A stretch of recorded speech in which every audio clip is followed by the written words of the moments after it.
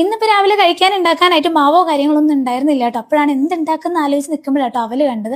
എന്നാൽ പിന്നെ അവല് വെച്ച് എന്തെങ്കിലും ചെയ്യാന്ന് വിചാരിച്ചു. ഞാൻ ഇടയ്ക്കിടയ്ക്ക് ചെയ്യുന്ന സംഭവമാണ്. കുറച്ച് വെളിച്ചെണ്ണ ഒഴിച്ചിട്ട് അതിലേക്ക് വലിയുള്ളിയും പിന്നെ ഇഞ്ചിയും ക്യാരറ്റും കൂടി ചേർത്ത് കൊടുക്കുന്നുണ്ട്. കുറച്ച് ഉപ്പ് കൂടെ ചേർത്ത് നന്നായിട്ടൊന്ന് വഴറ്റിയെടുക്കുക കേട്ടോ. പിന്നെ ഇതിലേക്ക് നമുക്ക് എരിവിന് ആവശ്യമുള്ള പച്ചമുളക് ചേർത്ത് ഇതിലോട്ട് ചേർക്കുന്ന ഉള്ളിയും ക്യാരറ്റൊക്കെ തന്നെ കുറച്ച് അധികം ചേർക്കുന്നതാണ് നല്ലത്. അപ്പോഴാണ് കുറച്ചുകൂടി നല്ലൊരു ടേസ്റ്റ് ഉണ്ടാവുള്ളൂ. പിന്നെ പൊടികളായിട്ട് ഞാൻ ഇതിലോട്ട് കുറച്ച് മഞ്ഞൾപ്പൊടി, കുരുമുളക് പൊടി, ചിക്കൻ മസാലപ്പൊടിയും കൂടി ചേർക്കുന്നുണ്ട് കേട്ടോ. എന്നിട്ട് നന്നായിട്ടൊന്ന് വഴറ്റിയെടുത്തതിന് ശേഷം അതിൻ്റെ ഒരു സെൻറ്റർ ഭാഗത്ത് കുറച്ച് ഗ്യാപ്പ് ആക്കി ആ ഒരു ഭാഗത്ത് കുറച്ചുകൂടെ വെളിച്ചെണ്ണ ഒഴിച്ചിട്ട് അതിലേക്ക് ഞാൻ മുട്ട ചേർക്കുന്നുണ്ട്. ഞാനിവിടെ 4 മുട്ടയായിട്ട് എടുക്കണം. ഇനി ഇത് നന്നായിട്ടൊന്ന് കൊത്തിപ്പൊരിച്ചെടുക്കുക. ആ ഒരു മുട്ടയും ഉള്ളി എല്ലാം കൂടെ നന്നായിട്ട് മിക്സ് ചെയ്ത് നല്ലതുപോലെ ഒന്ന് ഇതാക്കി എടുത്തതിന് ശേഷം അതിലോട്ട് നമുക്ക് ആവശ്യമുള്ള അത്രയും അവലും കൂടി ചേർത്ത് കൊടുക്കുന്നുണ്ട്.